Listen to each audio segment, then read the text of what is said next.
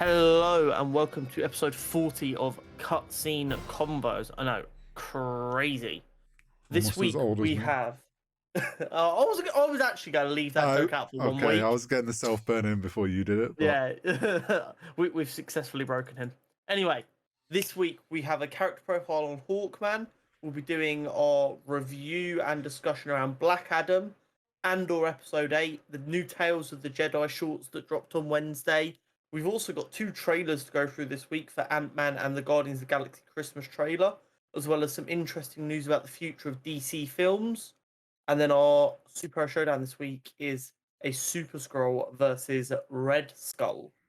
How exciting. But yes. before all of that, Horizontal, how was your week? My week's been pretty good. Pretty good. Pretty chill, actually, finally. Feels like I've had a chill week, finally.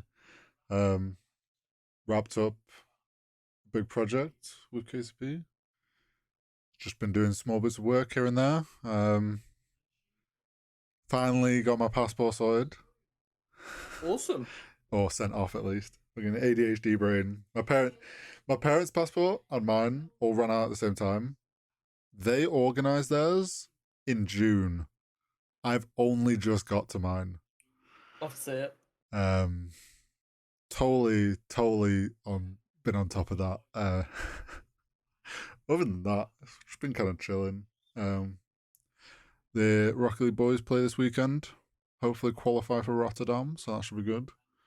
The Apex team played their first ever LAN for us. Oh, how'd they do? They won. Let's fucking go. Yeah, they had one of our players who's Ukrainian. We unfortunately couldn't get his visa sorted because it was a very last minute kind of invite Yeah, to the let's get a tournament. sub in. So we had TSM's Verhulst sub in, which pretty good player to There's have no, sub there's in. no, there's no way you fucking had your rosters had to bring a sub in for their first ever LAN under KCP and they've gone and fucking won it. That's ridiculous. I mean, we did pick probably one of the best players we could have as a sub. Yeah, I know, but still. Oh yeah, no, it's funny because like the day one, we finished day one in like 8th out of 20. Oh, so you just went ham in day 2 and 3. Is it 3 days? 2 days. So there was 2 days. 4 games day one, 6 games day two. In day two, we won 3 out of those 6 rounds of Apex. So we just That is outrageous.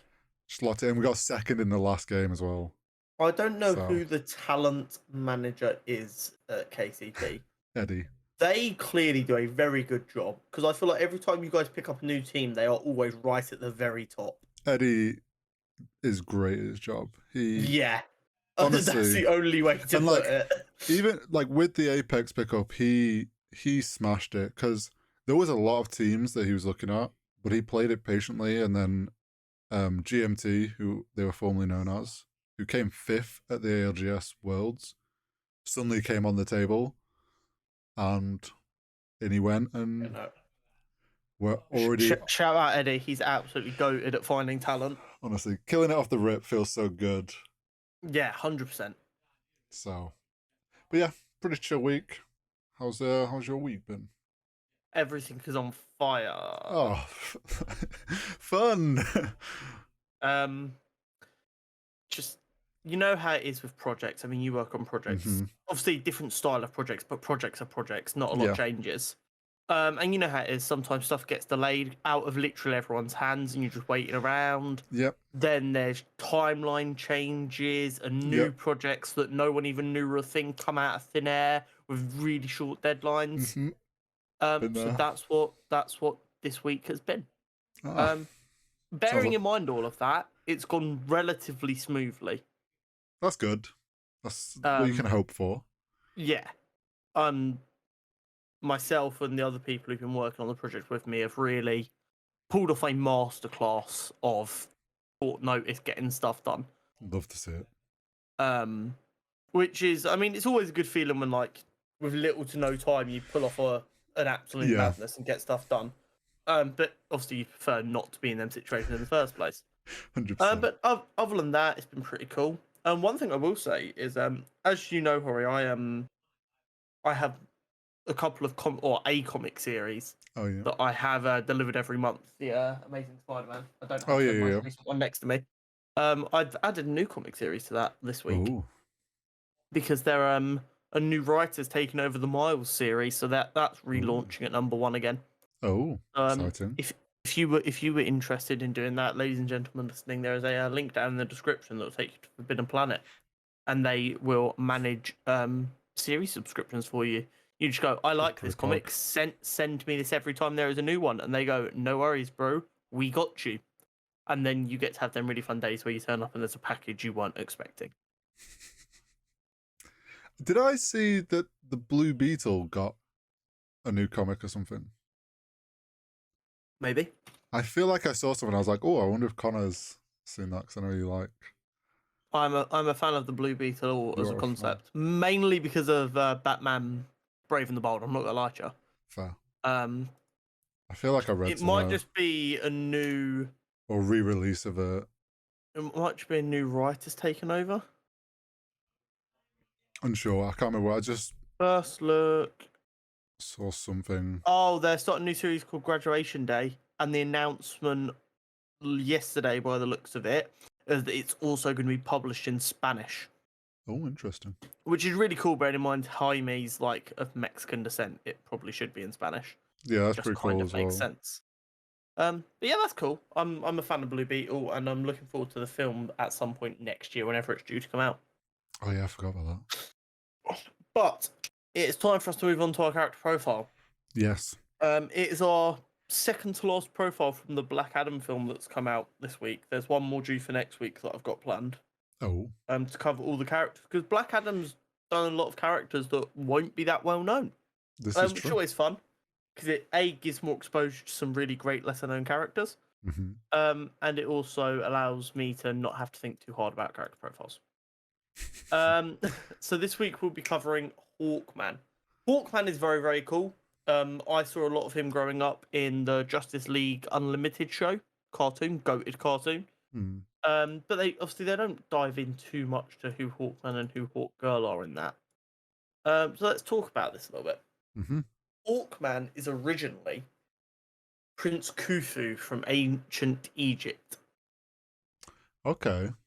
So as I'm sure you're aware, that's a long, long time ago. Yeah. And it always spooks me out when I really think about ancient Egypt, because like Cleopatra, who was near the end of ancient Egypt, and that monarch is Mm-hmm. closer to the birth of Jesus than the beginning of that empire. Historically, that's how Okay. long ancient Egypt was like that empire for. Yeah, that's the weird wild. thing as well. It's like when you talk about ancient Egypt, you don't really have a concept of how long it went on for. Because it was a long old time. you hear about like Cleopatra and like there's a couple of like the big name pharaohs. Like the pyramids were already these big ancient mystical things to ancient Egyptians by the end of ancient Egypt. Yeah. That's how long they'd already been there. To think that they were built so early on is wild. Mm-hmm. So where in ancient Egypt times? I believe it was during Ramesses' period, but I have no idea where that is within. Neither. I didn't pay attention to history, so. I think it was Ramesses the second or third kind of time. Okay. And basically, alien spacecraft crash landed. And built the pyramids?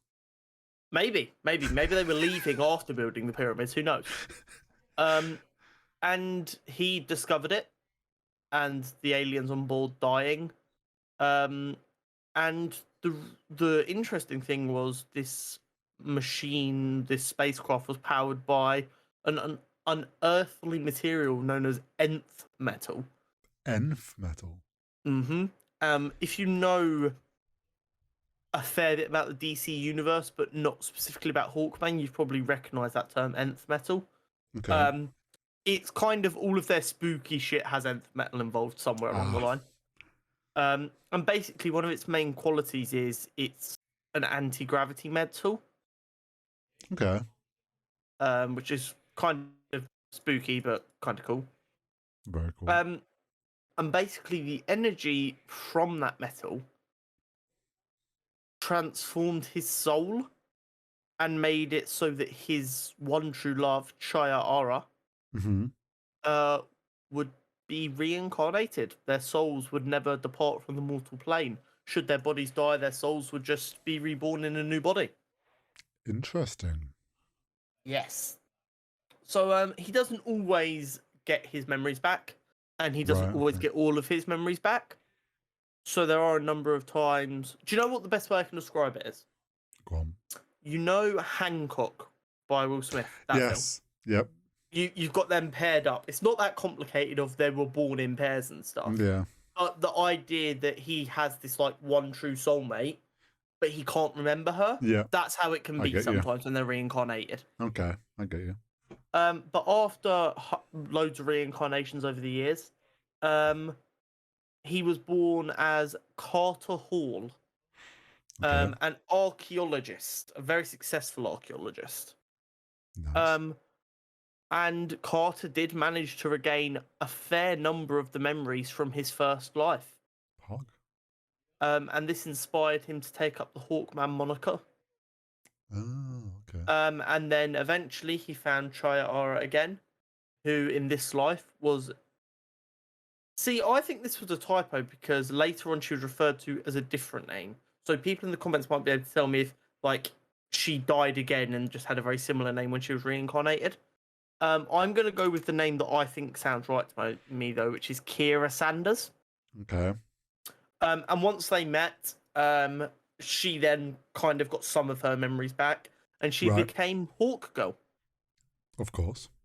Absolute power couple. And they helped to found the JSA back in like okay. 1940s. That's cool. Then during the 50s, they both kind of slowed down their crime fighting activities and went to more, I guess, backseat mentor-y roles. Right. But then during the 60s, they would both join the Justice League of America. And they kind of, because they were well respected, they'd kind of bounced between both the JSA and the JLA. Mm-hmm.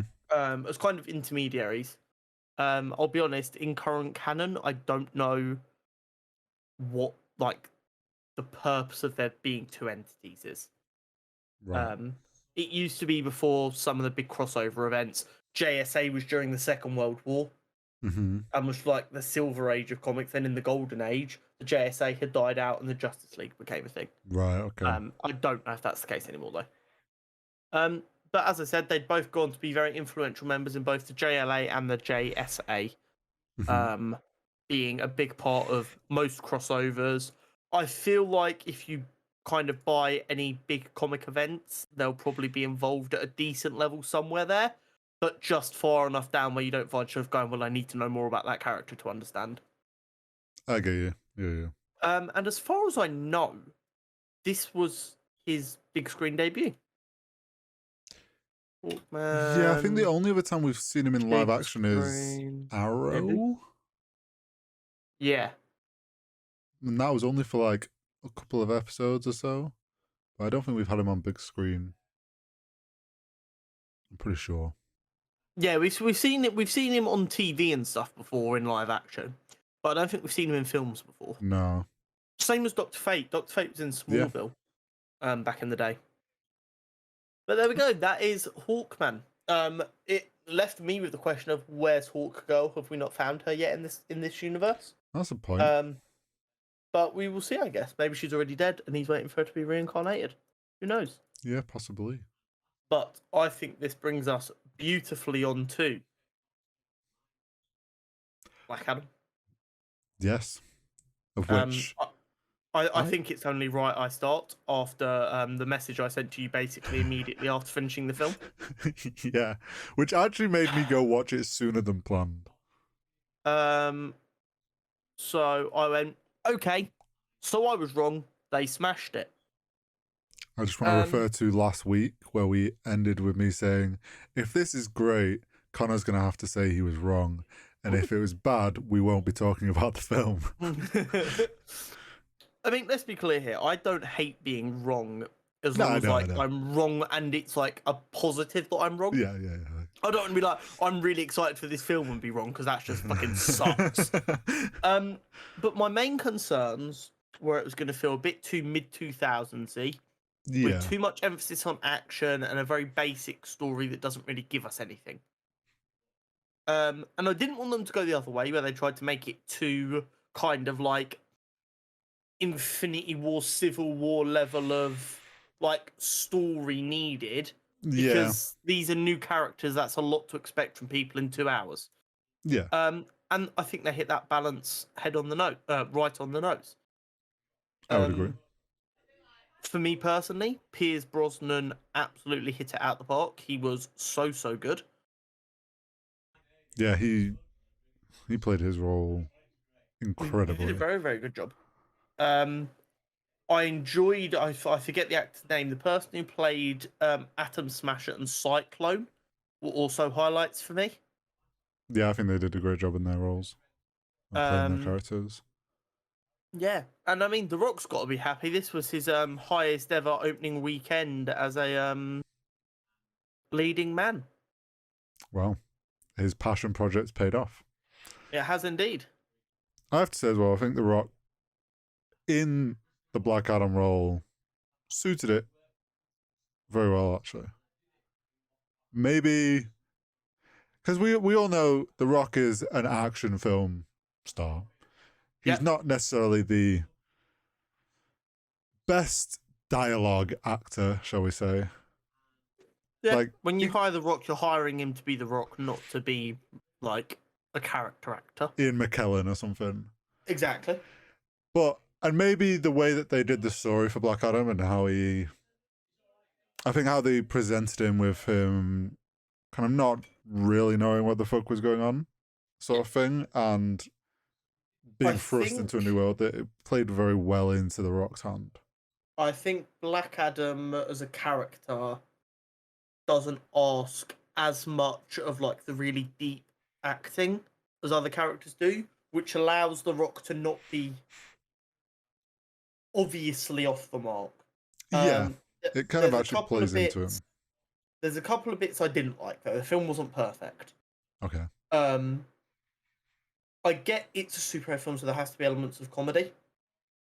They seem to have got about the rule of three though. Okay. So the whole him walking through doors constantly or walking through walls. Yeah, that got boring by like. Yeah. They did it 3 times in quick succession just after he woke up in the flat. Each of them got a little chuckle out of me. And then they just kept on doing it. Unnecessary, wasn't needed. Yeah, I feel like I was fine with it. Like you say, those first 3 times when he's like wakes up in the bedroom, smashes into the living room, and then smashed essentially out of the building, right? And left. Into the hallway and then out the building, yeah. Then it's like after that, like, come on. What made it kind of more annoying to me was there was a thing later on where they made some reference to, did not have doors in your time. He's like, they got in and out. Goes, did you not have doors back when you were alive then? And he was like, yeah, we used them to enter and leave buildings. Yeah. Obviously, it was meant to be like a sarcastic joke, but then it kind of just was like, why the hell is he just smashing through walls then? Why has so much time been wasted on this bit? Yeah. Because that's also not a cheap joke to do in a film because of the practical and visual effects that goes into every time he smashes through a wall. I really wasn't a fan, although it did work. I'm not saying it didn't work. This is purely me nitpicking, which I'm always going to do with films. I didn't enjoy how much of the story of his origin they changed. Okay.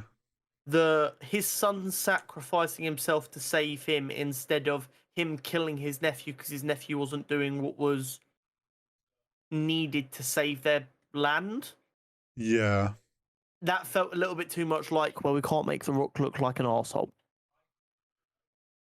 He can kill nameless bad guys, he can't kill innocent nephews. Yeah, honestly, I think the reason they changed that is because they wanted to try and hide that whole twist of the story of right. Like they obviously had this idea that they wanted you to believe that he was The champion. the champion, and then psych, it was his son. Whereas if it had been like him killing his nephew or whatever, it's kind of harder for them to try and do that sort of, I guess, story twist that they came up with. But at the same time, going back to that twist, was it actually a twist? Because in the prequel bit, right at the beginning, when you see the little boy, you see him talking to his father, whose head is literally the same shape as the Rock's. Like, I knew instantly that his dad was the Rock. So I didn't guess that his dad was the Rock. Probably because now here's my gripe with the whole dad being the Rock thing. Go on. The head replacement was so obvious. Like the VFX, like I get it. Like they needed to make the Rock look skinny. But the Rock's head doesn't look right on a skinny body. And it was so obvious when they were like doing a face replacement or anything. And I get that's the only way they could do it. Yeah. But they honestly could have got away with not having to do that if they just made the Rock was the little boy. And so maybe that's why I didn't pick up an Extra because my brain just didn't associate some skinny dude being able to be the Rock. No, I get that. I also, what was my next point? I just have another point. There's the meme shot that everyone's using. The meme shot when he's flying through the air, and it does like the 360 cam style thing where you've got like the distorted Rock's head. Oh, okay, yeah, got you. That shot was a bit not so sure about that. Yeah. On to the things I absolutely adored about this film and some of their stronger points. Okay. The action was brutal, fast-paced, and fun. Yes. That's a huge plus for a superhero film. The way they showed off his ability to use his super speed, his speed blitzing, with literally you feeling like you're watching it in real time most of the time, and just like these dashes, big fan of that. It shows why speedsters are overpowered and why the Flash would solo anyone. I really, with the speed thing, I really enjoyed how when we first saw it, we only get it in like real time, and like he's kind of blitzing and destroying everything.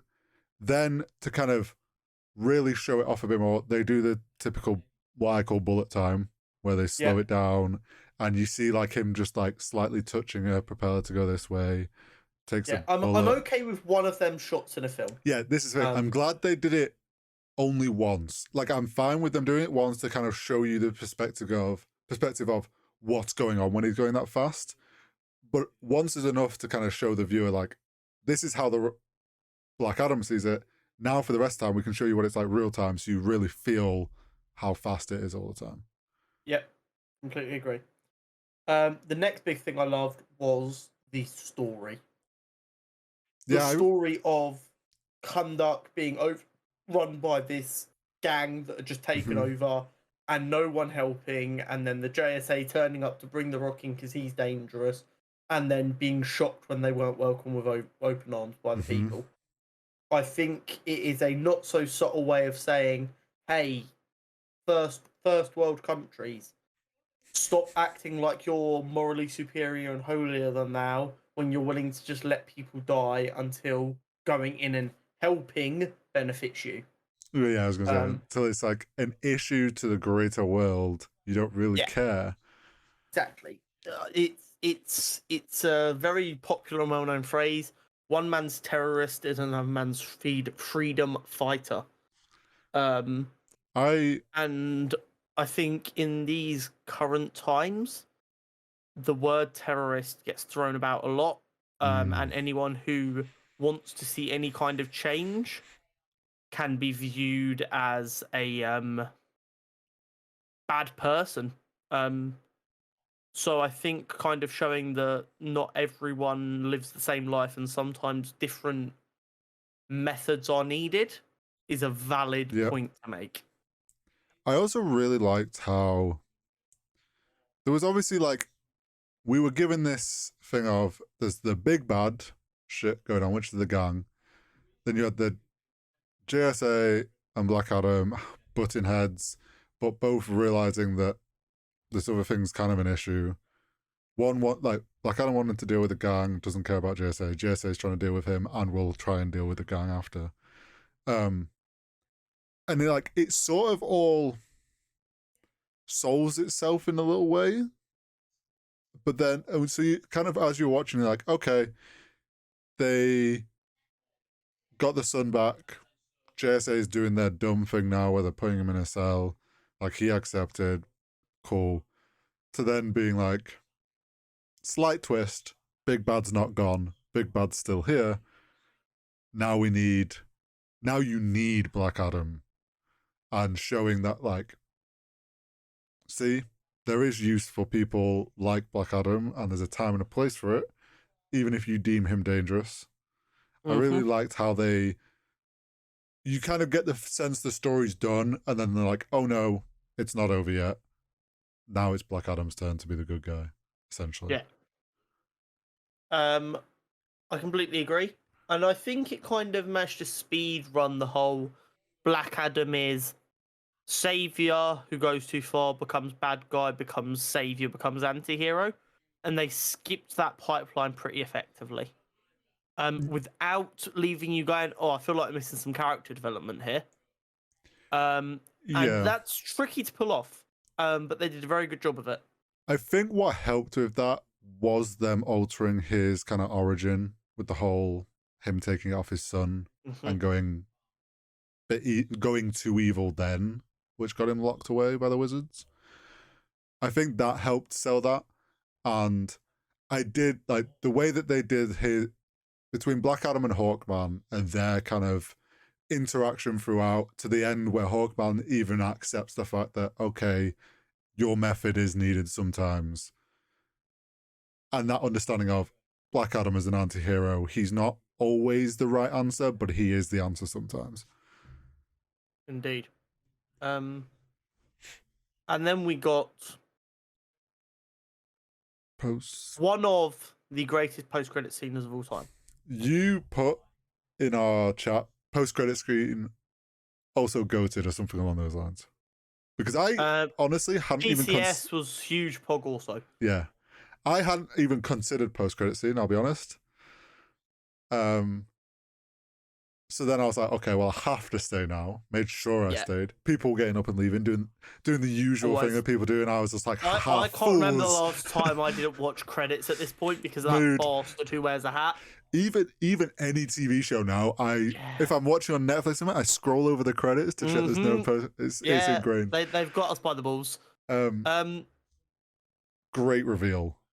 Great reveal. Very happy to have Henry Cavill back as Superman. Very cool interaction between him and Amanda Waller of her going, okay, you don't want to be in our prison? That's fine. Yeah. Conduct's now your prison. You stay there. You leave, we will stop you. Yeah, she realizes that's because she realizes she can't do shit to stop him realistically.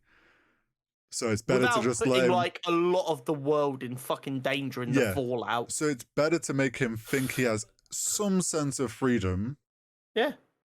With Conduct. And to be fair, I mean, he doesn't particularly want to leave Conduct. He can stay there. He can protect his people. Blah blah blah blah blah. But then the line of, he was like, "Oh, we already know you can't hurt me." Yeah. No one on your planet can stop me. And she goes, "Well, doesn't have to be this planet." Yeah. Bitch. So originally, by the sounds of it, that was just going to be a headless Superman, or like a silhouette, and you don't get to see the face. Oh, okay. And then Henry Cavill agreed to come back for it. Which obviously means he's back. Well, yeah, so the thing is, from my understanding, back after, I think it was after Justice League film? Yep. They officially said that they were done with Henry Cavill as Superman. it wasn't they were done with him, he was done with them.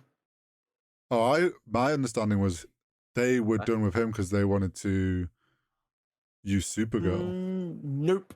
Him and Affleck both kind of went, you guys don't have a fucking clue what you're doing, we're done. Okay, so it was it was also probably a mix of both. Yeah. It was all going to shit and everyone just wanted to have some power in the situation. So then only literally like, obviously this film got made, but I think The Rock's even said when they wrote the script, they didn't have Henry Cavill. Like, it's only when they were in production that they got it locked in. And it is a contract now where he's locked in as Superman for X amount of time. And here comes my next concern about the next installment of Black Adam. Oh. Because what they've given us, as we discussed a couple of weeks back, is a Chekhov's gun. They have loaded the gun. They have teased the fight. They now have to provide the fight. They do. Now, here is where I get concerned, and this is where my concerns about The Rock being in such an important role have been voiced over the build-up for this film. You have. The Rock, in basically every contract since he's been a legitimate A-lister, has basically limited how much he can be seen to be losing a fight, including counters on punches to the face and stuff like that. And this isn't for like a health and safety, oh, you can only punch me in the face. This is in the actual edit of the film, how many times can my character be punched in the face? Which is why him and Vin Diesel and Jason Statham and everyone butted heads so much on the Fast and Furious films, because they all have contracts like that, where they have to be seen to be the big tough guy, because how can I go around and sell myself to Hollywood as the big tough guy if in my last 4 films I've had the shit kicked out of me? The problem is, Superman has to win. Here's my thing and hope. Maybe we're going to get some Rock character development. You mean the highest paid actor in Hollywood for like last 6 years? My only reason I say this, right? Oh no, I'm going to do this for the good of the film. So, Black Adam was quite clearly a passion project for him, which makes me hope that he will still want to be true to how Black Adam should be done, whether it goes against how he personally looks. I'm hoping, because it's such a passion project, he'll put Black Adam's success on like priority over himself. I hope. Obviously, I love how much faith you have in people. Someone has to. Yeah. I mean, we had our doubts about the film, and the film turned out. So this is why I'm putting hope there that he really is passionate about Black Adam being done properly, and that means he puts it above his own priorities. Well, and you're going to have enough hope for both of us. Yeah. The bigger question, though, is like, now that that's been a success, they've clearly set up Superman coming back. Mm-hmm. How looped in is The Rock with... is this The Rock chose to do this? Is DC going to fumble the bag again with another like storyline set up to link films? Or is DC actually going to grab the bag this time and figure out what they're doing and actually link all their films together properly? Who knows? I think all of this is very up in the air until The Flash finally comes out in 2029. It's not. I'm sorry. I would happily put money on the fact the Flash film doesn't come out now. It's coming out. The amount of money they've put into keeping Ezra Miller out of prison and making the film and promoting the film and editing and re-editing and reshooting and re-editing. Honest to God, the bill for this film has got to be well past 200 million at this point, including everything surrounding it. I'd agree with you if they hadn't deleted Black Girl. The test screenings have done too well. I don't trust DC anymore. I think they And quite happily would just delete a film. I get that, but there is one more thing that you haven't considered. Go on. Deleting it now is only bad press. If they were going to delete it, they could have deleted it 6 months ago when Ezra Miller was in the news every other day. You think DC cares about bad press at this point? True. Bad press is good press to them because it means they're in the press. But anyway, us DC fans will have to be patient and wait and see what is next. Yes, you will. On to another subset of fans who never know when they've got it good. Star Wars! Yes. Star Wars has been a good week. This particular week of Star Wars has been very much my brand of Star Wars. Andor Episode 8, once again, this show is not fucking missing. No, it was great. This is going to sound like a really weird sentence, and if this was to ever get taken out of context, we need to make sure we have the full footage. Never. High-tech futuristic fascist prison is a really cool aesthetic. Do you know what it is? I know what you mean. It looks really cool. Don't get me wrong. It's desolate, depressing. It's fascist and capitalist at the same time. It's all of the worst. It's exactly what visually, it looks very cool. It's exactly what you would expect from like an empire trying to basically just work their prisoners, but they're going to make the prisoners think that they've got it decent. Do you know what cracked me up? It's when he gives him the food pipe. He's like, "Oh, you can eat as much as you want, but you only get flavour if we're the best team." Well, yeah, it's like you can eat as much as you want because they want us fit and healthy. Oh, but number one gets flavour. So you think, oh, what is that they're eating? Like milk. the twisted minds that come up with this style of prison for this world, even though it fits, need help. Because I guarantee you, Zuckerberg, Bezos have seen this and gone, "Hey, yo, that's genius." The production level out of that place. Productivity's at an all-time high. We feed them enough so that they stay healthy, but they're still chasing better. Oh, it's so good. Why do I feel like there's going to be a new American prison? Do you know what it is? This prison that we've seen is, like I said, it's fascist because of who's operating it. It's capitalist because it's free labor. Yeah. But then you've also got like a big criticism of the American prison industrial complex and the fact that they are doing essentially this. They've got their prisoners who sit and work and earn fuck all to make billions for these companies. And the thing is, we're looking at it, we're like, oh my god, this is so outrageously unrealistic. But let's be honest, this thing felt very fucking real. Yeah. The only unrealistic bit was actually them having the budget to give the prisoners unlimited food. That is the least realistic part for me. And it being that clean. Yeah. And it being that clean. But they were the least realistic parts. In terms of Star Wars, though, I enjoy the fact that this actually gives us a very big insight into how the Empire produced all its ships, whatever they're making. We don't know what they're making, but things like everyone jokes about the fact that like how many people it would have taken to build the Death Star, like building things like that, and like all the equipment, everything. Like people just kind of accept the fact that the Empire has that stuff, but like the idea that they just turn prisons into mass production factories just makes perfect sense. And just on a random Tuesday, doubled everyone's sentences going forward and retroactively, and the public heard nothing about it. Yeah. At this point, people, and I know like everyone's like, oh, you need to you got to separate politics from fiction. You've got to see that all media is trying to put a point across. All good media, anyway. And this point is, do you know what your leaders are doing? Well, yeah. Look at how many laws the politicians try to slip through.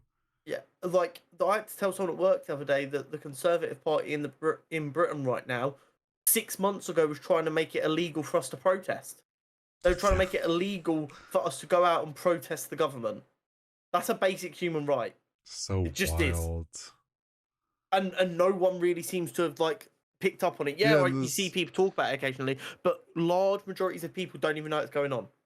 yeah, there's the amount of stuff that gets passed or attempted to be passed and people have no clue.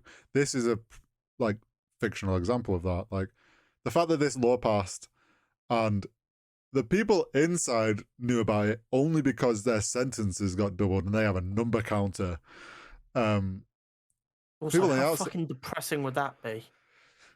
that's like, oh, it's that it takes that idea though that like prisoners keep track of how many days exactly they've left, and it's like we're gonna shove that in your face because they know the closer you get, the more actually the harder people will work because they won't want to fuck up and end up in there Yeah. longer.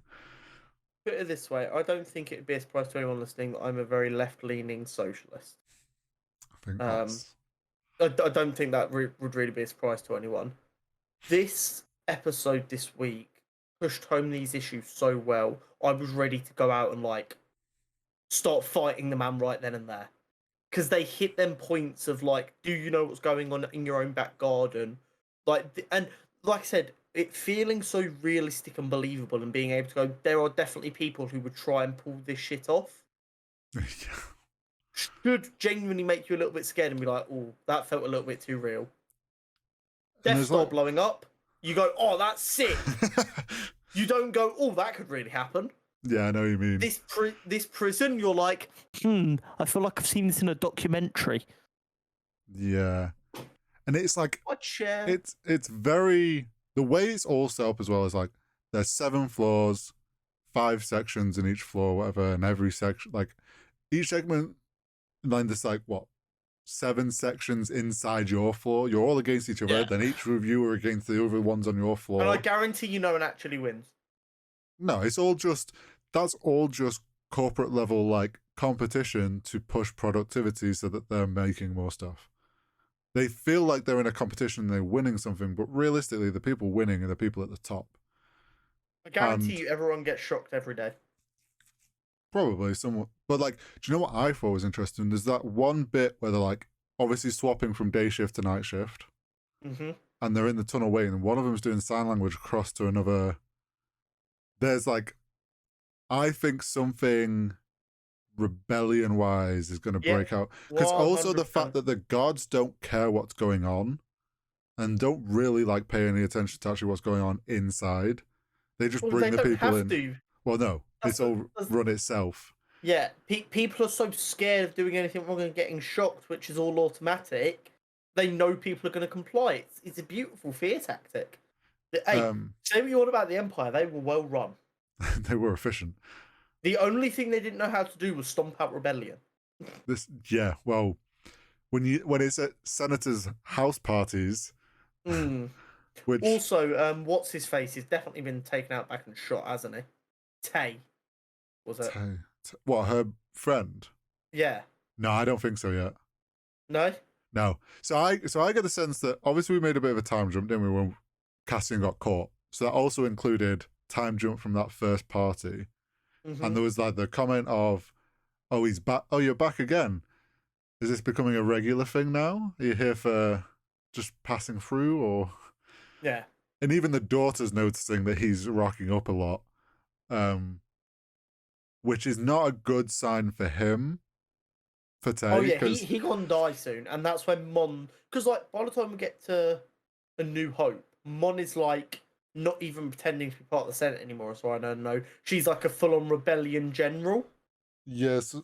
So like I can only imagine his death, because again, he's not a character we know, is gonna happen at some point in this series. I think there's gonna be his death, and then her husband and daughter, something's gonna happen to them as well. Oh no, I think they're gonna throw her under the bus. I think they're Empire loyalists. I think know. I think that's going to be a lot of her internal struggle.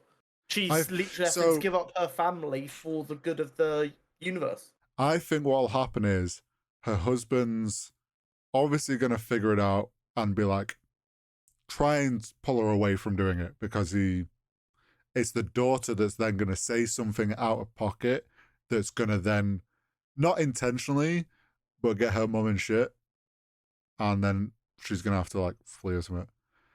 Then we've got Luthen Yeah, having a midlife crisis or something. yeah. He's really bored of playing his character, isn't he? He really wants to get out and start a fucking fist fight with Palpatine. He really wants to go bros on the run with Cassian. Yeah, He he's got a like crush on Cassian. I respect it. he's at that point where like it's interesting to see how his assistant girl is actually more level headed about the situation. She is fully there to balance him out. Oh yeah, he's making the difficult decisions, but she's the one that keeps things on the tracks. Mm-hmm. And there's obviously I think she's assigned the two girls to find Cassian. I don't know if Luthen. Oh no, Luthen did know that they were going there, so they've obviously Luthen's in on that. But Luthen obviously wants to try and find him. I don't think Luthen himself. knows they're there to kill him. Well, yeah. So I think he knows that, or he's told his assistant woman to like Find him. get them to find Cassian, and the assistant woman told them, "You're going to kill Cassian, Yeah, and get rid of him because this is causing a problem to Luthen. He's a distraction for Luthen." mm-hmm. So there's definitely going to be a bit of conflict comes from that. It was also really cool to see Saw Gerrera. Yes, I had a feeling we were going to get him at some point in this. I didn't know when I'm pretty in the sure he was series. in one of the trailers, wasn't he? Possibly, I can't remember. Because I wasn't surprised to see him at all, but I don't know if that's because it just fits so well, or if well, I he saw was him in in a trailer. He was in Rogue One, so Yeah, it made sense that he was going to show up at some point. I like it's how they're really showing him a bit younger and better Yeah. health, slightly it's better also health. it's also really funny seeing Luthen like very aware you've got all these little rebellions, and he's clearly going around like, we need to get everyone at a table. Yeah, And we need to unionize the rebellions. Yeah. So that we can actually get shit done. He's a very big picture guy. Yeah, he sees the bigger picture and the advantage of them all getting together. Where Saw Gerrera is always has been like on his own sort of like guerrilla warfare style. And I think I liked the little bit of like, oh, that money was you, Luthen. He's like, no, I thought that money was you that got stolen. Clearly, like, just bullshitting each other. Both probably, like, Luthen, obviously, it was him. And I think Saw knows it was definitely Luthen, but he can't get him to admit it. To that, yeah. I liked how he tried bartering him parts that he wants for joining them, essentially. Yeah. Go work with this other group, and I'll give you what you want. Because he's hoping, Saw works with him, and he's like, okay, that actually went okay. And then everyone goes, Saw's working with them. Maybe we can work with them, and then we can get more done. Luthen knows that Saw's like the real outlier of the different rebellions. So if he can bring him in, other people will be like, okay, maybe this is worth it. Yeah, Saw's the big name known around, and he's always ended up, and we see in Rogue One, like he always ends up keeping to his own cause and his own thing. I mean, we see it in the Clone Wars as well. Yeah, we do. When he's really young. Well, that's where it all started, right? Yeah, his sister was doing his job and then she died. And then what else? Oh, we saw Cassian's mum's not well. Old age and all really that. not well. I like the fact that she was outside the new headquarters trying to pry open an underground thing. Like, proper old, like, granny trying to be the head of the rebellion. I just love that idea. Oppression breeds rebellion. And then we obviously got the interrogation stuff has all started now on Ferrex, and Bix gets picked up. Also, our good old cop friend, I forget his name now. Khan, that's it. Gets a little interview of sorts, little interrogation of his own. My guy is such a bootlicker, it's unreal. Oh, bro, like, as soon as he was just like, I was unfairly just I did a good job. I caught them in less than 2 weeks, and I should not have been punished. It's He like, is the Star Wars equivalent of Brexit means Brexit. oh god, yeah. He's obviously going to keep playing a part in this, and I wonder if it's going to be a case of is he going to turn? Like, is he No. going to? Do you not think he's going to swap sides because? I think he's gonna be about to turn and then get killed by the Empire before he actually decides to. If that makes sense. Okay, yeah. So I was going to say, I wonder if he turns and then ends up dead in the mix of it. So it could. I mean, yeah, like kind of like in the I- middle of a battle, realizes he's been on the wrong side this whole time, but Do you know what? doesn't make it out of the battle. Yeah, something like that, or he's going to get baited by the Empire. That he's going to get used by them to capture Cassian, and then in the process dies and realizes he's been used. Yeah. I think he has not got a good end, unfortunately. Could be wrong. Could end up being the star pupil and he gets promoted and Becomes a villain. I like the way though that he had filed six reports? Yeah, All for 6 like false reports. Cassian oil person, Cassian missed this thing, different person. Like trying every which way to get information. But One thing that's just literally dawned to me as we sat here chatting of something this show's done really well. go on. It's done something phenomenally well by not doing something. Oh. So, as we know, the Empire was very racist.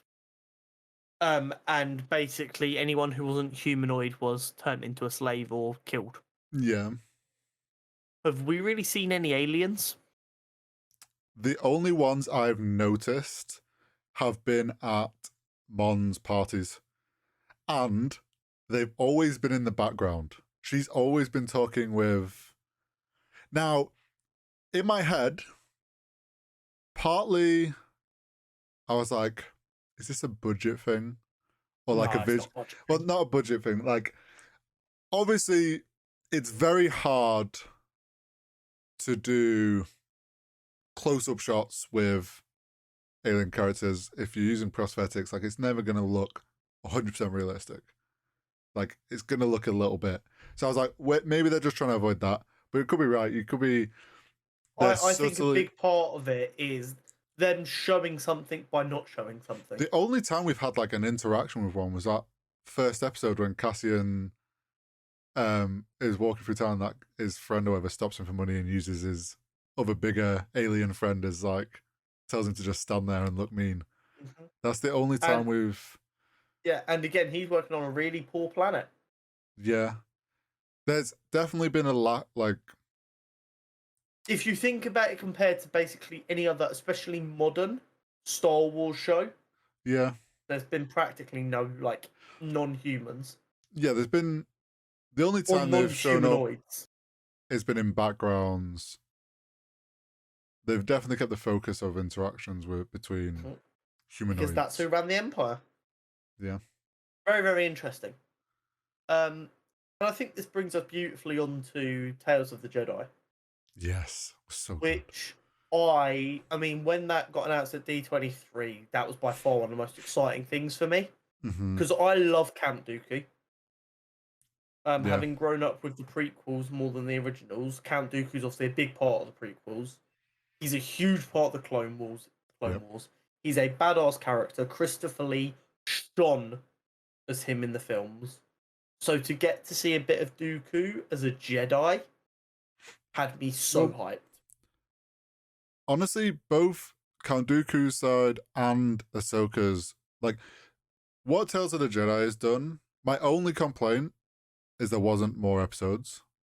Like, I would have quite happily had 10, 5 for each or something. But I get it. Like, it's meant to be small filler. But also, the more they do, the bigger chance of them doing something that's going to make someone go, that's against canon, is higher. They want to keep it small enough where you can add flavour without someone going, that's against canon. They've retconned some canon with did this. They? Yeah. So So the Tales of the Jedi, we got Ahsoka and we got Count Dooku stuff. Yep. With the Ahsoka stuff, we got to see where Ahsoka came from, how she got kind of entered into the Jedi thing. We got to see her like at a very young age control calm emotions on an animal, which is a very Jedi thing to do. It's so fucking cool as well to see that big ass tiger looking thing ready to eat her, and she's just like, no, bad kitty. Boop on the nose. Boop. Yeah, that animation News. for Baby Ahsoka was really cute. I was watching it last night, and Jenna just looks over my shoulder and goes, "Aw, can we have a kid?" No, it was very cute, and I love like it was. I knew that's where it was going. Like it was obvious she was going to call and like Jedi, showing her first signs of powers. And then I really enjoyed. We got a look at her in training, which was a really fun tie-in. We see her doing a little training thing and the Jedi thing. Anakin's like, that's not proper training. I'll give you proper training. And he starts getting the Rex and the boys to start stun shooting at her. And then, of course, we get to see Order 66 again. So, Dave Fillion is out to hurt everyone at all times. So my man just wants to do Order 66 every day. This is where I really enjoyed the tie-in, right? Because there was that second one of Ahsoka ends with them, Rex saying the line that we know from the Clone Wars at the end, where it's like, time to put that training into effect. We all, when we first saw that, when it first came out, was just like, oh, he just means like in general, all the Jedi training. No. Mm-hmm. In reality, like, Dave's managed to just... Anakin's been putting her through for years. Yeah, like, Dave's just unneeded. This was unneeded, but he's just like, I'm going to give a reason to that line. Just extra reason. Yeah. I'll be honest, them training sequences seem like stuff that was just cut out of older episodes. Or it's just like, it was just what Dave Filoni kind of like had in his mind, but he never like... It was like, there's no point in it's not needed to be shown in the show, so he never did it. Like, it was just something he always had in his mind of how she trained. Really enjoyed that little tie-in. And then obviously we get to see aftermath of Order 66 as well.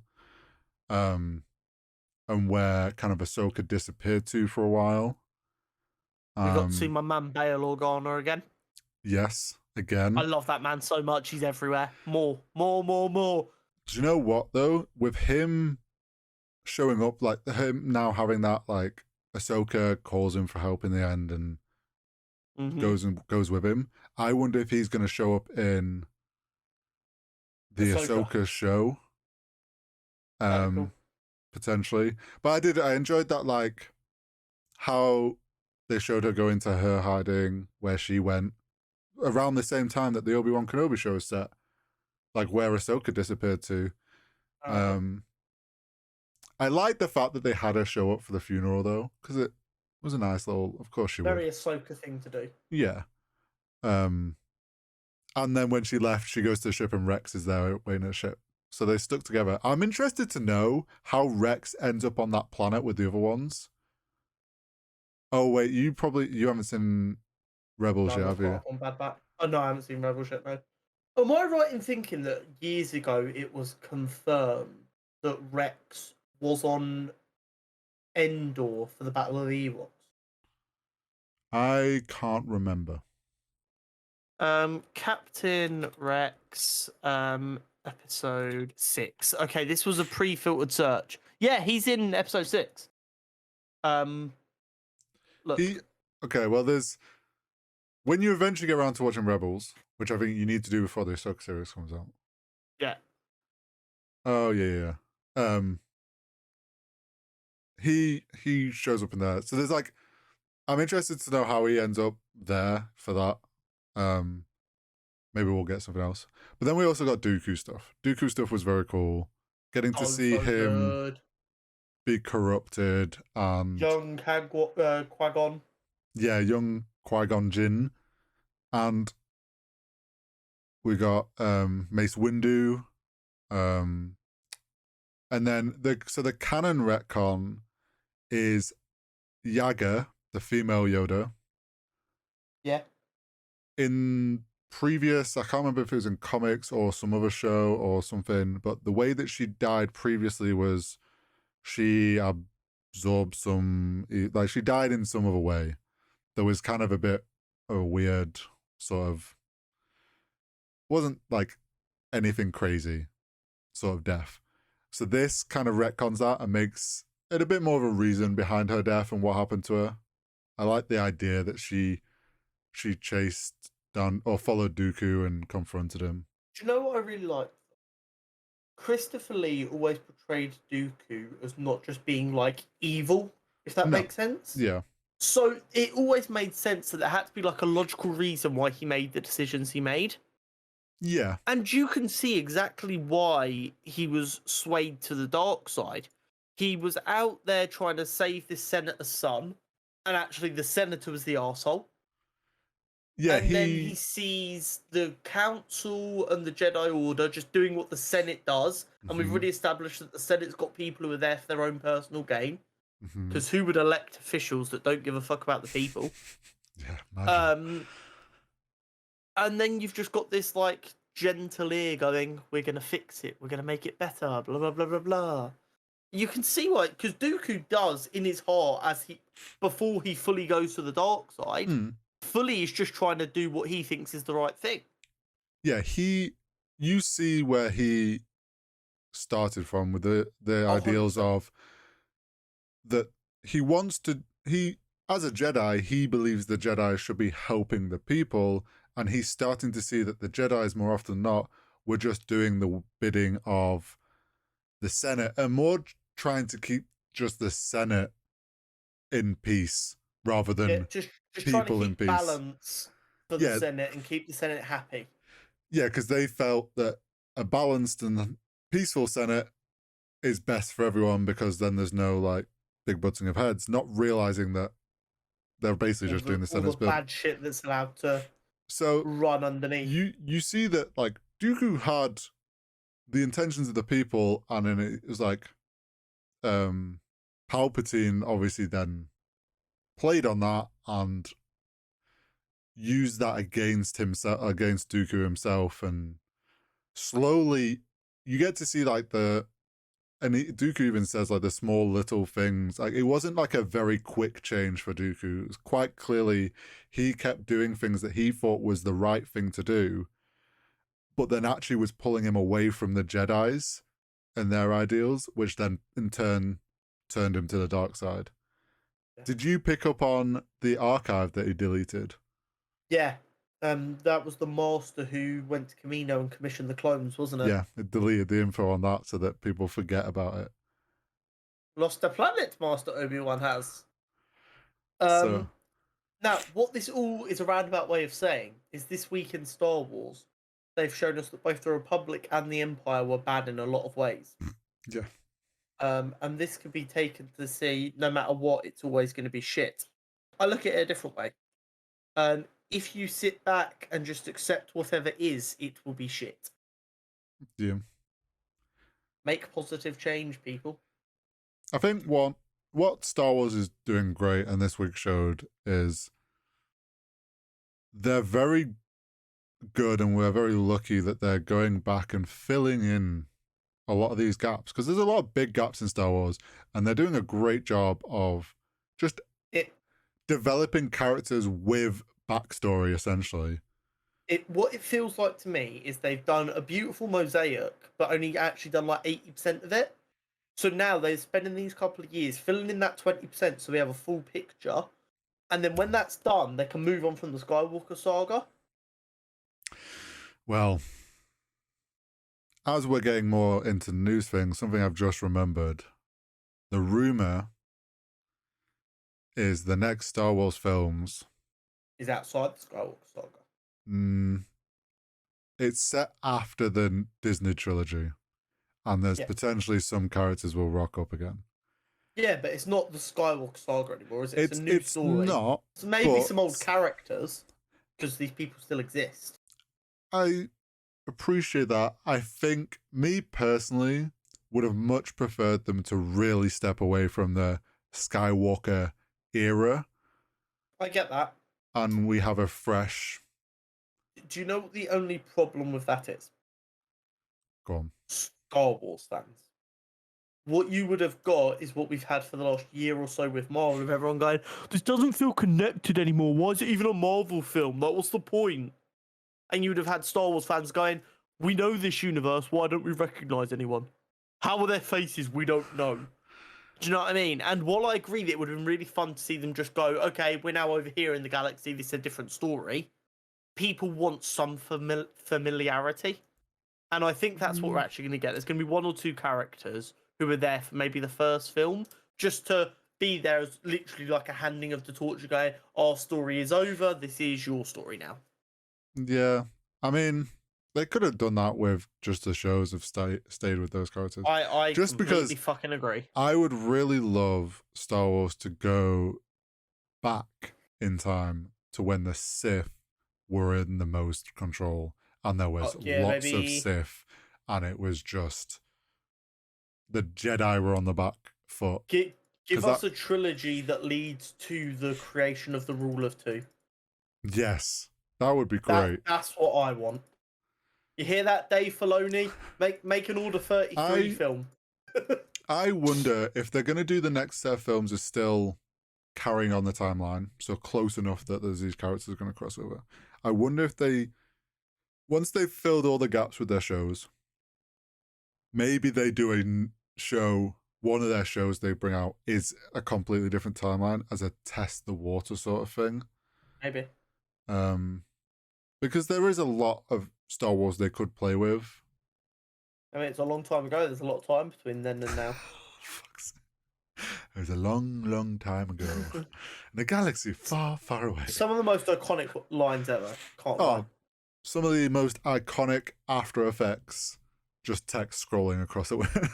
Mate, I love the behind the scenes shot of the guy with the camera as that's literally scrolling on a screen filming it. I'm like, I love it. Anyway, on to more new stuff. New, all of the time. Nerd News Network. Yeah, baby. Ant-Man and the Wasp: Quantumania finally got a motherfucking trailer. It did. Which I presume at least some of these clips were what were shown at Comic-Con and we never got to see because they never really got leaked properly. I am very intrigued. It looks so nice. I have to say, I think I might have been right about where the TSA is. Yeah. Back when we were trying to figure that out and like how and I was like, TSA has to be in the quantum. It seemed like the TSA was in the quantum realm, and it very much with this trailer. Yeah, and I get the what feeling Janet was saying with like, oh, there's a whole secret society there. Blah blah blah blah. It would make sense. Also, I assume you've seen the theory doing the rounds on the internet. Go on, which? Well, when we saw Kang's little army basically thing, there was many big spinning circles. Yeah. That everyone has instantly gone, that feels very circle and ringy, like the bracelet that Kamala has and the rings that Shang-Chi has. Yeah. Everyone's going, there's got to be missing parts, and that's why he needs them. I cannot wait for this film to come out and it tied together what we've had so far in Phase 4 and everyone go, oh wow, these films were a lot more connected than we thought. We were just being impatient. Yeah, everyone's going to be like, oh, look at all these hidden Easter eggs that connected stuff. Yeah. People just forgot what Phase 1 of the MCU was like. They did. And it's fine. And I know, like, MCU, obviously, like, they trusted themselves in what they were doing. Yeah. They knew people would eventually see what's going on. But I'm very excited for this. It's going to be to finally, like, dive into the quantum realm and kind of get a better understanding of it. Is going to be really interesting. We got our look at our good old Ghostbuster friend. Yep. Who isn't, confirmed now, definitely isn't the voice of MODOK. We didn't see MODOK on that trailer, did we? No, we didn't. Because I know based on some of the leaks that he doesn't really have like a humanoid face that's just huge. His face looks a bit more robotic. But I didn't spot anything that resembled MODOK in the trailer. I might have missed that though. I didn't either. And I think, if I remember correctly from like how people described the Comic-Con thing, it was like in a flash you saw MODOK. Yeah. So whether there was like a flash of when they were traveling and you could see him, but I don't think we were meant to see Modok or anything. But, Jonathan Majors as Kang looks terrifying. Yes. He might be one of these castings that I don't know what I'm gonna get, but I know I'm gonna love it, Mm, and I just cannot wait. Um, Same thing with Creed 3. I've not really watched any of the Creed films, I but I have. saw the trailer for Creed 3 with Jonathan Majors across from Michael B. Jordan, and I was like, hey yo, that looks like peak Rocky. I'm here for it. The Creed, I will say the Creed films are great, and I'm looking forward to I've Creed always 4. heard they're good, but I've just never got around to finally watching them. Yeah, I'm very much, if I don't see it in the cinema, I'm probably never going to see it. I get you. Um, With Antman though, it's like like I said, if they do end up going to the TSA or like can control TSA now, I wonder if we see Loki. I doubt it. This film doesn't give me cameo vibes. Mm. The only Loki be the only one just because TSA, if that is where they end up. We might get a reference to Loki on like someone Possibly. causing trouble, but I don't think we see anything. Yeah, or like we've already had someone from your world here meddling or something Yeah. like that. But I'm very, very, very excited to see what we get. This film it's going to be has the ability to be visually very good. stunning. Yeah, I think it's going to be very good. I think the first two acts are going to be quite funny and light-hearted, so that third act, which is really dark and sad, really fucking hits. And I think Scott Lang is going to die. I think we get our next legacy character, which will be Cassie Lang taking over from her dad. I'm either of the sense of Because like, how old is Paul Rudd now? maybe he doesn't die, but maybe he somehow gets lost in the quantum realm. Paul Rudd is 53 years of age. God damn it! What a Chad. Yeah. Oh, he's such a fucking Chad. But like, he could get lost in the quantum realm. Yeah, but like, how many more like hard action superhero films does he have left in him? True, but a lot of his stuff is CGI. He does not make it out of the multiverse saga if he does make it out of this film. Yeah, I would agree he doesn't make it out. There's definitely going to be a few that don't make it out of the multiverse saga. The multiverse saga going to do some fucking trimming. Everyone was sad when Iron Man died, but just you wait. We're about to get Red Wedding You're style. Like ready. Yeah. Oh, yeah, for sure. So, yeah, whether he gets lost in the quantum and then down a few films down the line, they have to figure out how to find him again, like they did with. That could be cool. But comes back for Kang Dynasty or Secret War or something. Yeah, find him as a prisoner. Kang's found him in the quantumverse, and a old man Paul Rudd Antman could be lit. This character that's like normally really light-hearted and bubbly being like a hardened character who's been stuck fighting an oppressive regime in the quantum realm for like 500 years as far as he's concerned. Yeah. Oh, that'd be lit. Loki finds him. Yeah, these could be dumb lit. I'd love to just be given these characters and be told, the people who are going to watch your stuff don't give a fuck about canon, have fun. I'd have so much fun. Anyway. Speaking of not... Well, I guess it is going to be canon, but... It is going to be canon. Off-brand canon, yeah, shall we say. Random off-the-wall shit. Guardians of the Galaxy Christmas special. Yeah. Fuck yeah, baby. We're getting that Star Wars treatment. Do you know what's funny? The trailer for this... Like, that it first felt like scene, a big improv scene. Well, yeah, that first scene where we've got I forget his name, the new Ravager with the whistle thing. Yeah.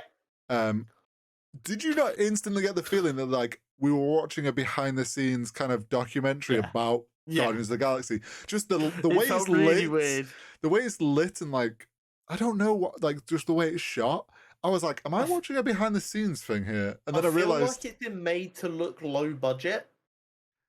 Well, I think it's been made to look like behind the scenes because they want them to come to Earth, and it's like they've I think purposefully made it look that way. So it feels like they're on our Earth and in our world. But I think the basic story seems to be Star-Lord is depressed that Gamora's dead. Yes. So the Guardians find out that it's around Christmas time on Earth. So let's have a So- Christmas here.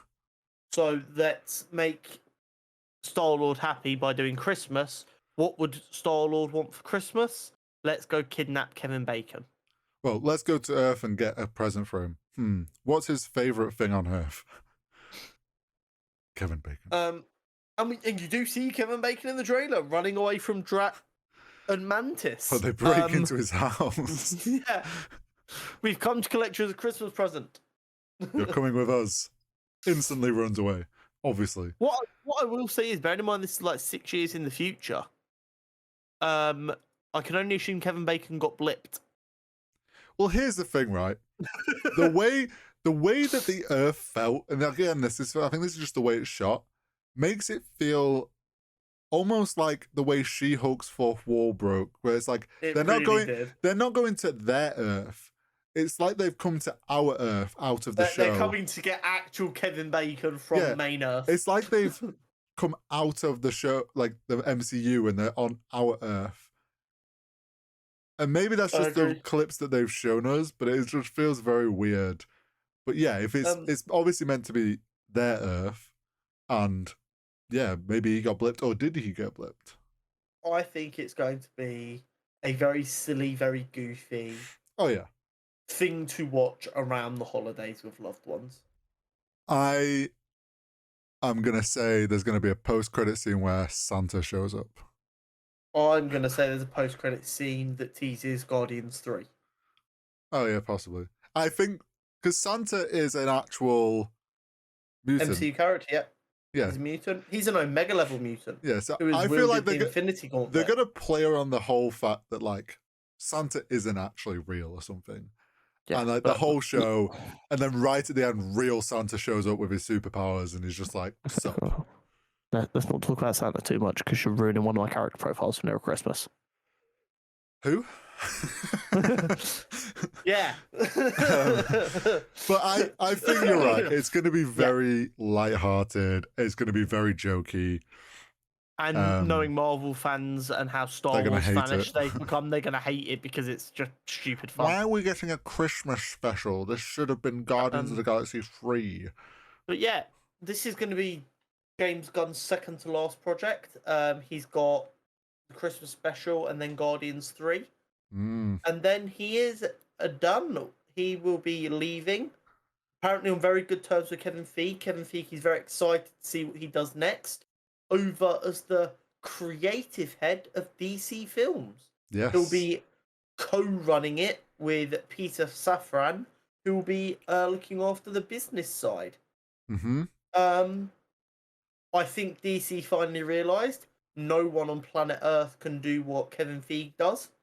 Yeah, there is no other one person that can do it all. Yeah, so they realised they had to go out and get two people. I don't know a lot about Peter Safran. I'm going to assume he's a good businessman. Yeah, he must have been in the media. Yeah. So this lines up with what we kind of said last week with the head of DC being leaving, fired probably, but was left on good terms, or whatever they want to say. The way every high-up executive from a big company leaves, they are parting ways, meaning we told them to leave, and if they didn't leave, we would sack them. Yeah. And everyone gets to save face. Yeah. So it lines up with that they quite clearly obviously had a plan in place. They weren't going to replace him, like with one person, which we were discussing, but actually, in fact, they're just going to split up and have multiple people kind of managing the future. Now, I fully believe, like, Kevin, of course he's going to be on good terms with the fact that James Gunn, and excited because he knows James Gunn's good. He knows he is going to make great films. So Kevin's going, finally some actual competition over at DC. Yeah, competition's a good thing. Yeah, competition is a good thing. Kevin wants people going to DC films and having a great time, because then guess what? They're like, superhero films are fucking lit. I want more. Marvel film while I wait for the next DC film. Fuck yeah. Yeah. And he can also get bigger budgets from Disney because, hey, we've got to compete with them. Look. Do you know what? Also, this puts him, like, Kevin and James Gunn being on good terms. If for any reason in the future they wanted to do a Marvel/DC crossover. Okay, so do you want to hear the thing that you're gonna love? Oh, here we go. Already in the works. Yeah. When James Gunn left Marvel after getting fired before being brought back, Mm-hmm. when he was coming back and was working for both, i.e., working on Guardians and also working on the Suicide Squad, Yeah. he was trying to foster discussions about a crossover. Well, now he makes those Actively. decisions. Yes. So 2030, we are getting Justice League of America versus the Avengers. Phase film. 7. Yeah. And that is when Chris Evans or DJ come back, baby. Fuck yeah. Because they come back for that. So honestly, well, yes, it would be very nice for James Gunn to still make MCU films. I honestly think this is a good thing all around. And I think James Gunn fits DC characters a bit better. Yeah. I will be honest, I do have some slight concerns. James Gunn has always done better with goofy, off-the-wall characters.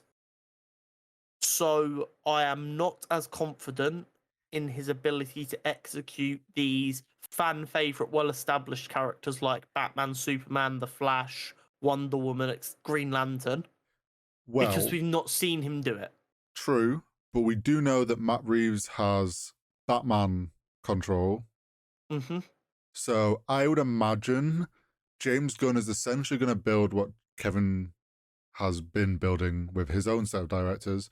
Is James Gunn's going to have his own set of directors that he leans on for those.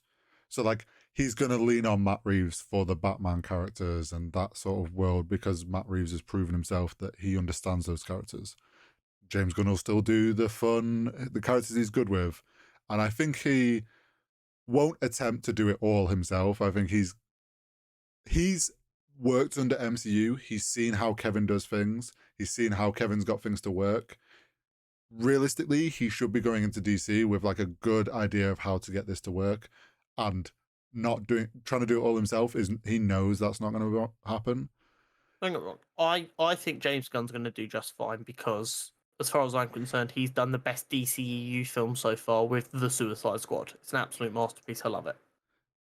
I'm not going to get too excited. No. They have to prove themselves. All of it, because while I trust it, hey, if we get an announcement of a quirky character, I know it's going to be a banger. That I 100% trust James Gunn to do. Mm-hmm. It is the mainstay characters that I wouldn't bother doing a character profile about because they're so well known that I'm more pessimistic about, and I am being pessimistic. I feel like the big but test. If he does pull it off, mama, it's going to be a good time. The big test then, realistically, is going to be how does James Gunn bring the Black Adam and how does he make that all work into whatever he wants to build? Exactly. Like, can he set up Superman ready for that matchup with Black Adam? Can he bring in what he wants from the old set of films if he wants to keep anybody across? Like, if he can figure out, because we know DC is currently in a storyline mess, if he can figure out how to navigate out of this and put himself in a good position, then we're doing okay. We'll see. Yeah. I think his biggest hurdle... It'll be exciting. Like, Peter Safran, I'm sure is a great on the business side of things, but let's be honest, the biggest hurdle James Gunn's going to have is greenlighting, making sure that they're on the business side of things, DC's like, yeah, okay, we agree with this. That's going to be his biggest hurdles. And also, hopefully they've given him deliverables that are realistic, and in 2 years' time, they're not going to move on from him because he's not hit stupid targets that no one could hit. I would hope that he is made sure that those discussions have gone in a good favor. It's just like in sports. If you're going to bring in a new manager, a head coach, whatever you want to call them, give them time to execute their plan. Yeah. Don't pull the trigger too early. And this leads us beautifully. I don't know why it leads us beautifully. It just does. Onto our superhero showdown. This week we have got the one and only Red Skull Yes. facing First, off a Super Skrull. Not Skull, Super yeah, I was gonna say Skrull. we've got the Red Skull versus Super Skrull So, look, for those of you who or don't know, Scroll. Super Scrolls are I was gonna say brand. Fuck it, I'm sticking with it. Are a brand Tier. of Skrull who also have the ability to mimic people's powers. They were used a lot during the Secret Invasion storylines, etc., etc. Mm-hmm.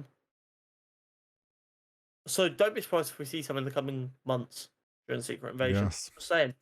Secret But there Invasion are a or number. down the The line. one we chose was a Super Scroll that has the powers of the Champions team. According to a little googling and fact checking, it looks like this particular character has the powers of Iceman, Angel, and who else did I say? Someone else. I can't remember. I should have written it down, but I thought, nah, Connor, you'll remember that. You're goated. Turns out I'm not goated. It's Not true. You are good. Ghost Rider, That was Angel, and Iceman. Boom. I mean, they did have to re-Google it. I don't know why I said boom. Just celebrate with me, people. And Red Skull does have the advantage, which is why we chose what I thought was one of the weaker Super Scrolls. it. Yeah. Most of the others had like an Asgardian or some other OP character, and like more than 3 people. So I thought this was a good balance. Standard rules. Standard rules: bloodlusted, neutral environment. The only advantage is the one, as we've said, for the Red Skull. Hey, it's a round 1 matchup, baby. Yeah. Super Skrulls are strong. You got Angel, motherfucker can fly. You got Iceman. I mean, we did a character profile on Iceman back in Pride Month. That motherfucker is. Iceman has the ability to be an Omega level mutant, but is basically scared to be. If we're saying the Super Skrull has his powers, I'm going to go ahead and assume they're not scared of their powers. No, and also they're bloodlusted, so they're going to use their full means of powers.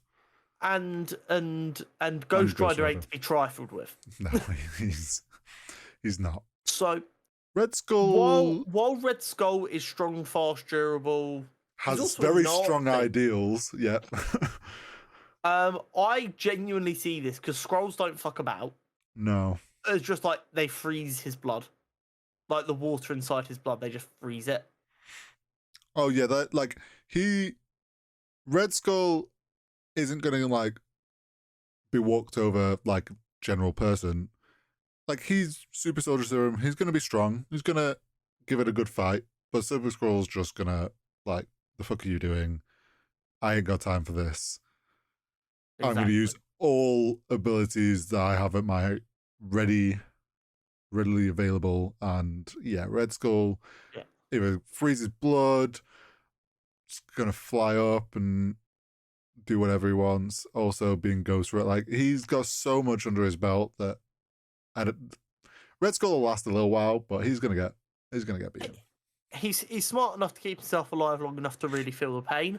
And you know what? I'm glad he gets to feel the pain because he's a Nazi piece of shit. Agreed. So we're gonna go ahead and give this as a W to the Super Skrull. Now the real question, Hori. Oh. Are we sticking with it being the champion Super Skrull for the rest of the bracket? No. No? Okay. We based that on the advantage. Okay, cool. Also with the fact that Super Skrulls shapeshift and can change will allow that it can be a different shapeshifted version of one for each fight. Okay. Cool. Makes it more interesting. Yep. Next week is one that I'm really fucking looking forward to, and this is not going to be an easy one at all. A little preview for you all. Juggernaut versus Rhino. Fuck yeah, baby! Now we're getting somewhere. Isn't that one of my picks and one of your picks? I believe so. I'm pretty sure I deliberately picked. Yeah, you picked Juggernaut. Yeah. And I picked Rhino. Who's got the stronger head? Yeah, that's gonna be a really fun one. And it's one that I would love to see on the big screen. That would be fun as shit. Just give it all of the money. Give us a 30-minute film of just them beating shit out of each other. I'm going to say this now. I know we say it's a neutral environment, but both of them have to arrive through a wall. Of course. Of course. They smash through a wall and the wall disappears. Green Lantern can be the referee and can put 2 wall constructs up for them to arrive through. It's fine. Just to make their entrance proper. Yeah, exactly. But I think that's it from us this week. What will we have next week? We'll have more Andor. Yes. We will have final thoughts on Black Adam, I believe. Or would that be the week after? You mean Black Panther? Black Adam's out. Black Panther. Yeah. Oh, the final for Black Panther will be the week after that. So we might double up on character profiles next week if I can find another good one. I'm also hoping to finish I was going to say, Edge Runner. Edge Runner, so we can probably talk about that next week because I am loving the show so much. I'm saying nothing because I need to finish it. I'm getting very bad vibes about how quiet you are, and I'm worried. David, please be fine. I'm very scared. Anyway, we will see you next week. Make sure you like, subscribe. If you want to buy Comic Idiot like me, there's a link somewhere down there. Go find it. I believe in you. Yeah, you'll find it. If you're listening on audio, you're smart, guys. Hit like, I'm pretty leave sure a it's still review. in our description on audio as well. And we see you guys listening on audio every week. There's a couple of you who seem to be listening as the new episode comes out, brand new every week. We appreciate you. You are absolute goats. Yes, you are. But thanks very much. Enjoy your weekend, and we'll see you next time. We'll see you next week.